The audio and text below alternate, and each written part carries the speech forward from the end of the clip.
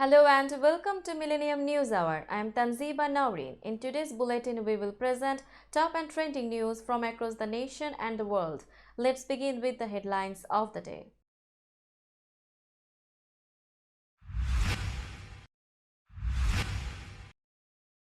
Biden's Canada agenda is stacked, NORAD migration deals likely.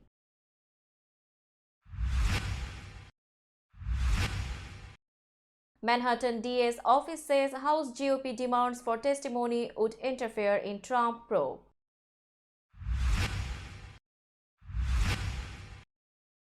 Skeptical US lawmakers grill TikTok CEO over safety content.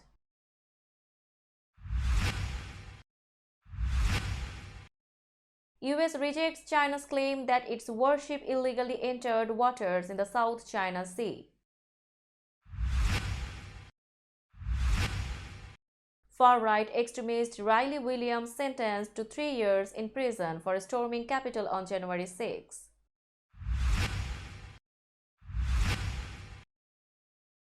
DeSantis walks back territorial dispute remark on Ukraine.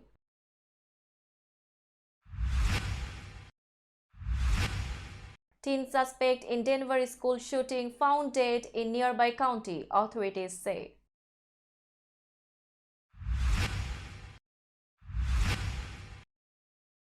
Man kills 4 people, including 3 kids, and then himself in South Carolina.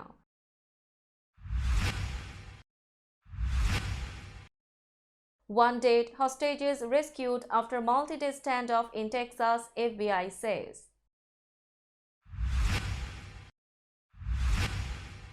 Launch debut of 3D printed rocket from Cape Canaveral ends in failure, no orbit.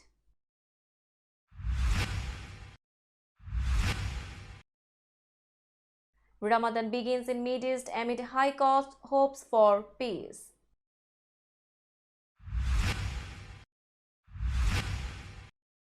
China criticizes possible US plan to force TikTok sale.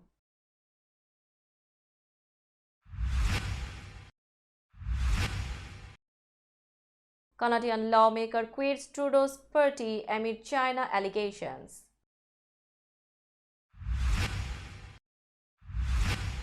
France strikes and protests over pension changes heat up as Macron defends its controversial reforms.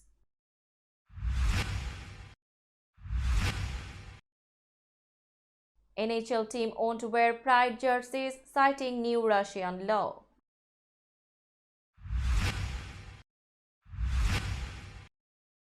And new dawn for France as Mbappe leads team against Netherlands.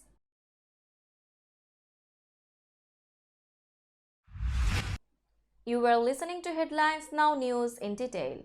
President Joe Biden arrives in Canada on Thursday with a focus on several of the world's largest challenges: the war in Ukraine, climate change, trade, mass migration, and an increasingly assertive China. Two important areas of agreement appear in hand. Canada will escalate its timeline for military upgrades to the North American Aerospace Defense Command, and the two nations will reach an agreement on migration, a senior Canadian official told the Associated Press. The Biden administration has made strengthening its friendship with Canada a priority over the past 2 years, and Biden's meetings with Canadian Prime Minister Justin Trudeau in the capital of Ottawa are an opportunity to set plans for the future.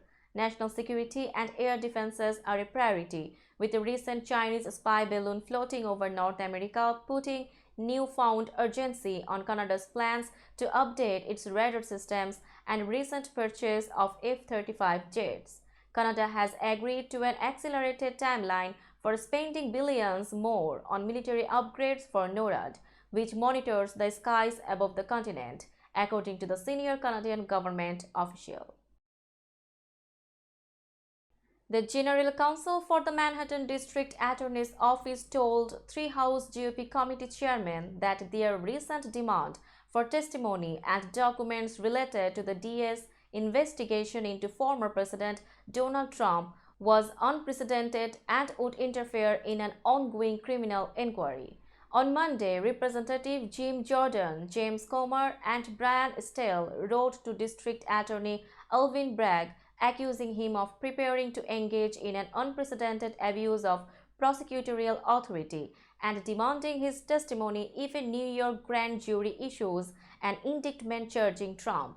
Bragg and the grand jury he convened have been investigating the circumstances surrounding a $130,000 payment made on Trump's behalf to adult film star Stormy Daniels just days before the 2016 election, including potential falsification of business records. Trump has denied any wrongdoing and insisted Thursday that he is 100% innocent. In their letter, the trio of GOP chairmen also sought details about any communications between the DA's office and the Justice Department, as well as information about the use of federal funds in Bragg's office. Jordan is the chairman of the House Judiciary Committee, Comer leads the House Oversight Committee, and Steel chairs the Committee on House Administration. Leslie Dubeck, the general counsel in Bragg's office, responded to the lawmakers on Thursday. She said that complying with their demands would reveal non-public information about a pending criminal investigation, which is confidential under state law. The chairman's letter only came after Donald Trump created a false expectation that he would be arrested the next day, and his lawyers reportedly urged you to intervene, Dubeck wrote, referring to Trump's claim over the weekend that he expected to be arrested on Tuesday. Neither fact is a legitimate basis for congressional inquiry. US lawmakers grilled the CEO of TikTok over data security and harmful content Thursday, responding skeptically during a tense committee hearing to his assurances that the hugely popular video sharing app prioritizes user safety and should not be banned. Shou-Ji Chu's testimony came at a crucial time for the company, which has acquired 150 million American users but is under increasing pressure from US officials. TikTok and its parent company ByteDance have been swept up in a wider geopolitical battle between Beijing and Washington over trade and technology. In a rare bipartisan effort to rein in the power of a major social media platform, Republican and Democratic lawmakers pressed Chu on a host of topics, ranging from TikTok's content moderation practices, how the company plans to secure American data from Beijing, and its spying on journalists. Mr. Chu, you are here because the American people need the truth about the threat TikTok poses to our national and personal security, Committee Chair Kathy McMorris Rogers, a Republican, said in her opening statement. TikTok has repeatedly chosen a path for more control, more surveillance, and more manipulation. Chu, a 40-year-old Singapore native, told the House Committee on Energy and Commerce that TikTok prioritizes the safety of its young users and denied allegations that it's a national security risk. He reiterated the company's plan to protect US user data by storing all such information on servers maintained and owned by the software giant Oracle. Let me state this unequivocally. ByteDance is not an agent of China or any other country, Chu said. On Wednesday, the company sent dozens of popular TikTokers to Capitol Hill to lobby lawmakers to preserve the platform. It has also been putting up ads all over Washington that promise to secure users' data and privacy and create a safe platform for its young users.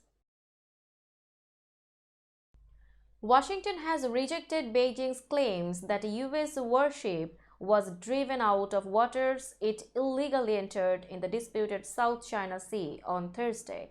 China's military said that the USS Milius, a guided missile destroyer, had illegally intruded into China's Jisha territorial waters without the approval of the Chinese government. Chinese forces monitored, warned the vessel and drove it away. Tian Junli, a spokesman for China's Southern Theater Command, said in a statement early Thursday. He added that the United States was threatening the peace and stability of the South China Sea region, and the Beijing's forces would always maintain a high state of readiness and take all necessary measures to resolutely defend national sovereignty and security and peace and stability in the area. But the American military swiftly disputed the Chinese statement. According to Reuters, the US Navy's 7th Fleet said in a statement that the militia is conducting routine operations in the South China Sea and was not expelled. The United States will continue to fly, sail, and operate wherever international law allows. A far-right extremist who was obsessed with white nationalist Nick Fuentes was sentenced Thursday to 3 years in prison for storming the U.S. Capitol and directing a mob toward the office of then House Speaker Nancy Pelosi, where another rioter stole a laptop. In delivering the sentence, U.S. District Court Judge Amy Berman Jackson called Riley Williams' actions utterly reprehensible. Williams' federal prosecutors argued at trial in November led an army up a set of stairs toward Pelosi's office and was present when rioters swiped the laptop that the California Democrat kept in her conference room and used for all her Zoom meetings. Williams' federal public defender Lori Ulrich said that while Williams might have distasteful beliefs, she was a young woman equipped with only a cell phone and her fuzzy zebra bag, who even posted at one point that she was storming the White House when she was, in fact, in the legislative branch. Williams, her defense argued, wanted to be somebody. At the hearing ahead of her sentencing, Williams said she is embarrassed watching the actions of the young and stupid girl she now sees in all of those videos. She said she is now a responsible woman and had been addicted to the internet since before I can remember. But Assistant U.S. Attorney Samuel Delkey argued that Williams was not some impulsive Gen Z gadfly or the Forrest Gump of January 6. Williams participated in domestic terrorism, plain and simple, Delkey said. Florida Governor Ron DeSantis is walking back his characterization of Russia's war in Ukraine as a territorial dispute, following criticism from a number of fellow Republicans who expressed concern about the potential 2024 presidential candidate's dismissive description of the conflict. In excerpts of an interview with Piers Morgan, DeSantis said his earlier comments referenced ongoing fighting in the eastern Donbas region, as well as Russia's 2014 seizure of Crimea. Ukraine's borders are internationally recognized, including by the United Nations. What I'm referring to is where the fighting is going on now, which is that eastern border region Donbas and then Crimea, and you have a situation where Russia has had that. I don't think legitimately, but they had, DeSantis said, according to excerpts. There is a lot of ethnic Russians there, so that's some difficult fighting, and that's what I was referring to. And so it wasn't that I thought Russia had a right to that. And so if I should have made that more clear, I could have done it. DeSantis made his initial comments last week in a written response to questions sent to declared and potential GOP presidential candidates by Fox News host Tucker Carlson. The Florida governor, seen as a top rival to former President Donald Trump for the 2024 GOP nomination, said that defending Ukraine wasn't a national security priority for the US, and he downplayed the Russian invasion. The 17-year-old suspect in a shooting at a Denver high school that left two school administrators wounded on Wednesday was found dead in a nearby county following the incident, authorities said. Officials in Park County, southwest of Denver, said Wednesday night that a body had been found near a vehicle that had been sought following the shooting at East High School. The county's coroner's office announced early Thursday morning that the body had been identified as Austin Lyle, who Denver police had hours earlier named as the suspect in the shooting. Lyle's next of kin were notified, and the coroner's office said a death investigation was still underway. It said no further details would be provided until an autopsy was completed. A shelter-in-place order close to where the SUV was located, near Bailey, around 35 miles from the high school, was lifted after the body was found. Lyle's remains were found in a wooded area about 2/10 of a mile from a red Volvo that had been sought, Park County Sheriff Tom McGraw said by phone. The shooting unfolded at East High School at around 9:50 a.m., Denver police said. Lyle had been under a safety plan and had agreed to be patted down every morning, officials said. A former member of the military went to his ex-wife's South Carolina home and killed 3 children and a man before he killed himself Tuesday night, police said.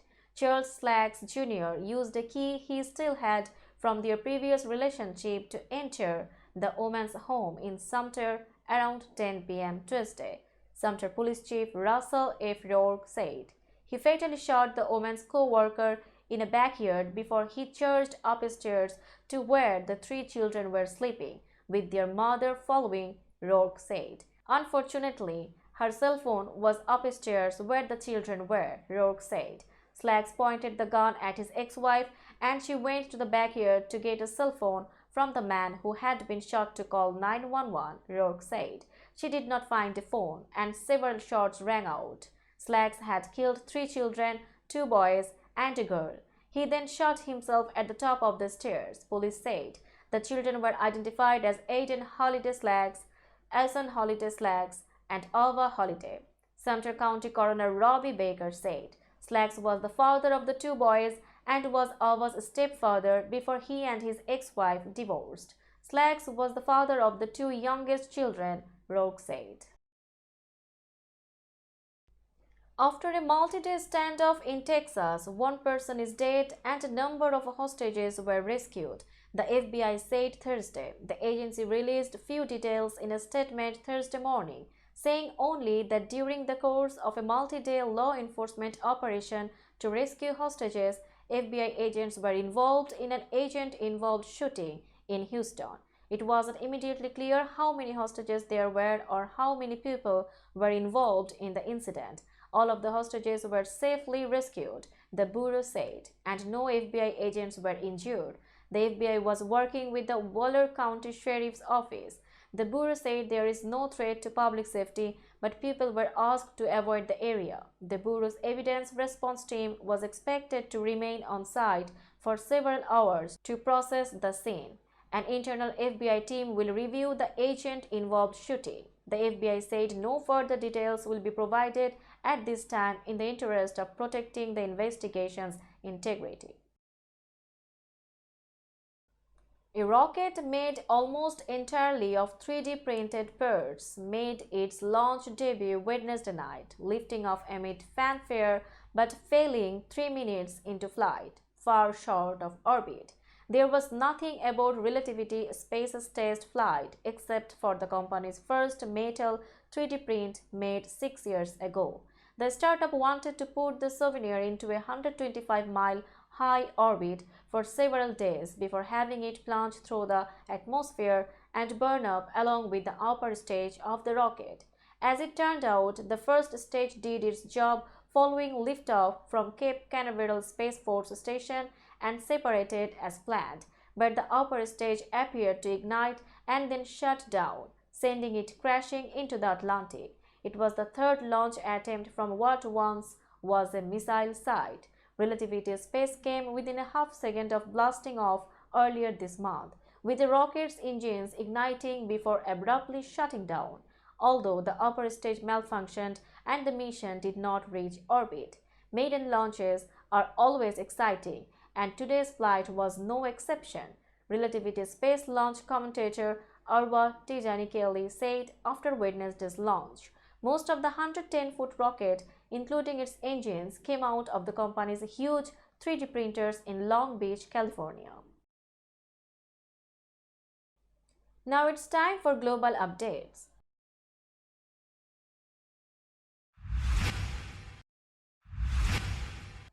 The first daily fast of the Islamic holy month of Ramadan began Thursday, as hundreds of millions of Muslims worldwide enter a 4-week period of worship. The observance comes at a time when numerous countries and governments across the Middle East are taking tentative steps toward calming enduring conflicts and crises made more acute by the costly war in Ukraine and a devastating earthquake in Turkey and Syria that killed over 52,000 people.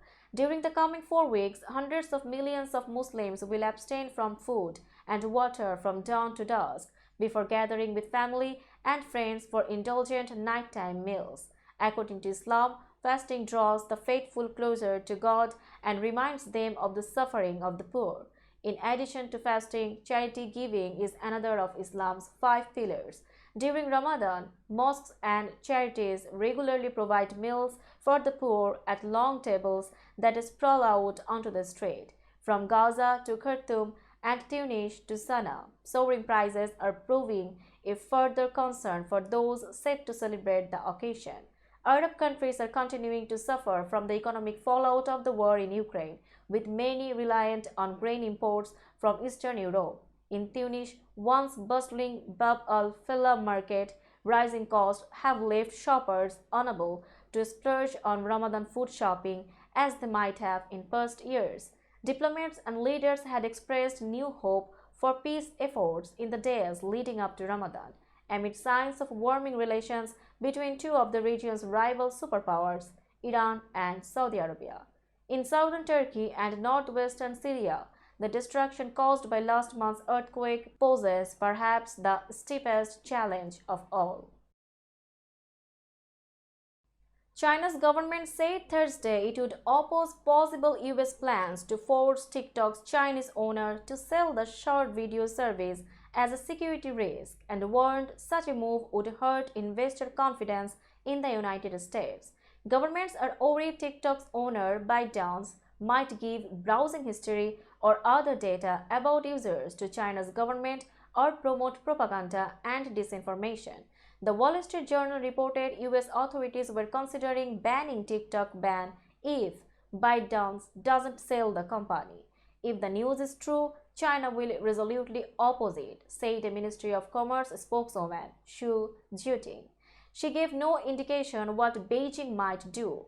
A forced sale would seriously damage investors from multiple countries, including China, and hurt confidence to invest in the United States, Xu said. TikTok is one focus of conflicts between China and other governments over technology and security that are disrupting processor chip, smartphone, and other industries. A lawmaker said late Wednesday that he is stepping down from Prime Minister Justin Trudeau's Liberal Party after a media report raised questions about his dealings with China, a claim that comes amid an investigation into allegations of Chinese meddling in Canada's elections. Member of Parliament Han Dong said the report, quoting anonymous sources, was an attack on his reputation and his loyalty to Canada. He said he will leave the Liberals and sit in Parliament as an independent lawmaker to avoid causing problems for the party. Global News, citing unidentified security sources, published a report Wednesday alleging Dong suggested to China's Consul General in Toronto in 2021 that the opposition Conservative Party would benefit if Beijing released two Canadians accused of espionage.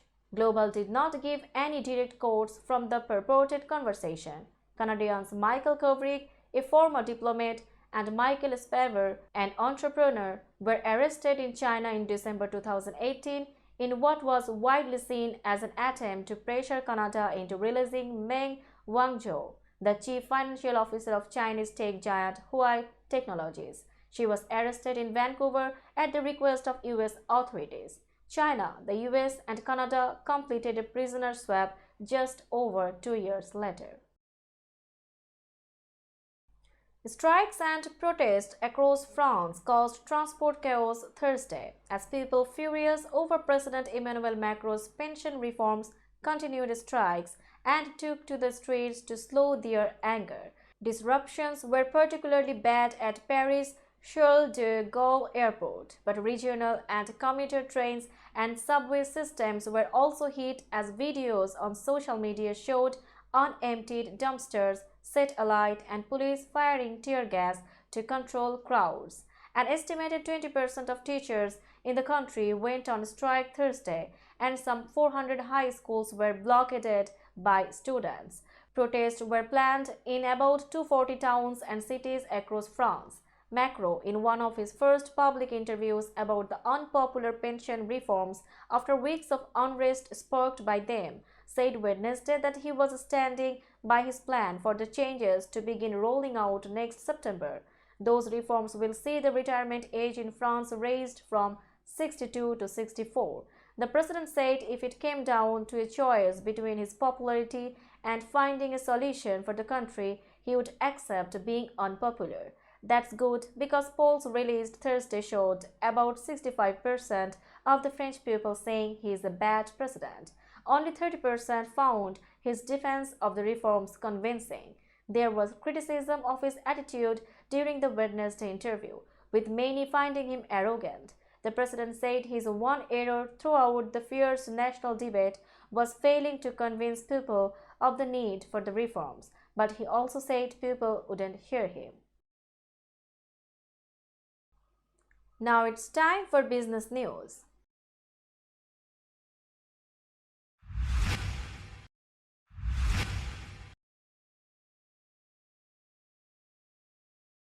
Today's New York stock close price is 14,702.00.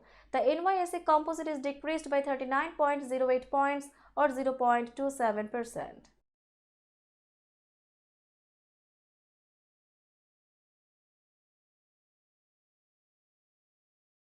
Tokyo stock close price is 27,419.61.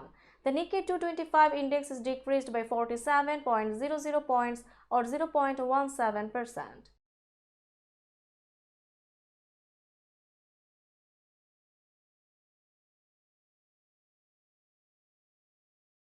Shanghai stock close price is 3,286.6491. The Shanghai Composite Index is increased by 20.90 points or 0.64%.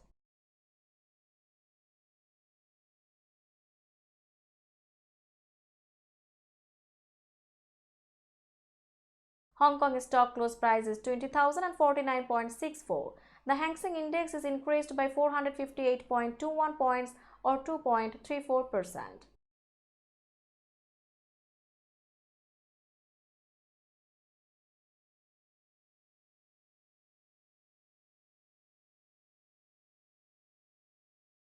Bombay stock close price is 57,925.28. The Sensex index is decreased by 289.31 points or 0.50%. Let's have a look on today's sports stories.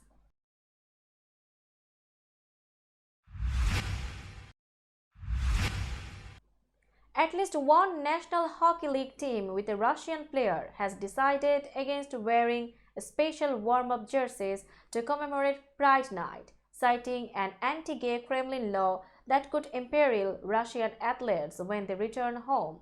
The Chicago Blackhawks will not wear Pride-themed warm-up jerseys before Sunday's game against Vancouver, a person with knowledge of the matter told the Associated Press. Because of security concerns involving the law Russian President Vladimir Putin signed in December to expand restrictions on supporting LGBTQ rights.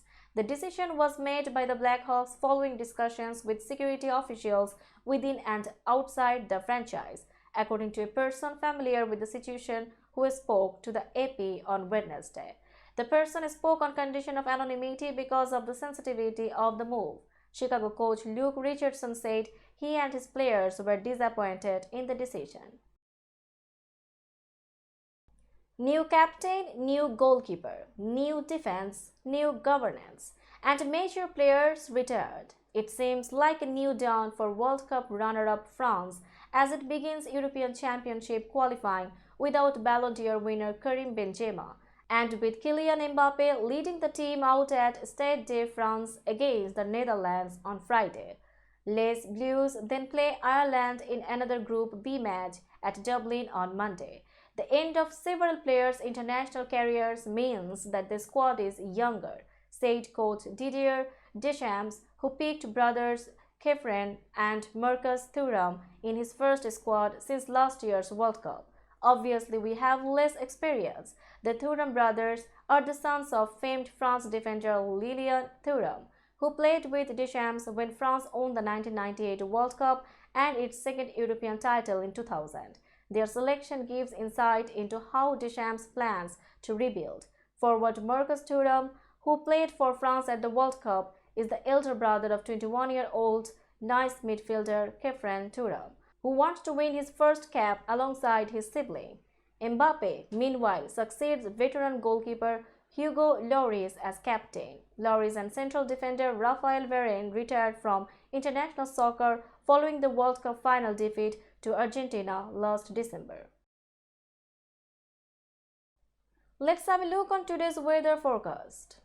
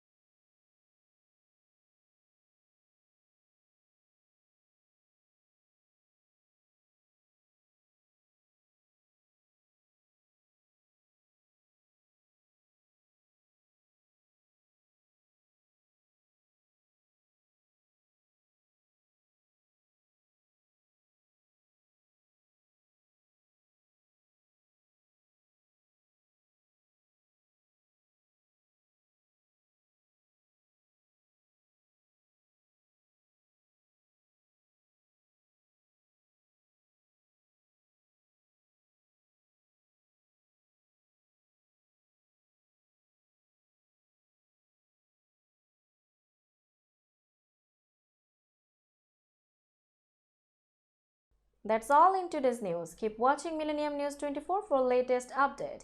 Millennium TV US and Millennium News 24 network is transmitted and available to be watched free for all at TVs such as Sony, Samsung, LG, Roku TV, Amazon TV and Apple TV. And also in all European countries and Australia available with Sky Network, Worldwide Jago TV, Radiant IPTV, Worldwide Jago BD Network and Horizon Satellite globally. Stay connected with us for all types of informative and entertainment program. Thank you.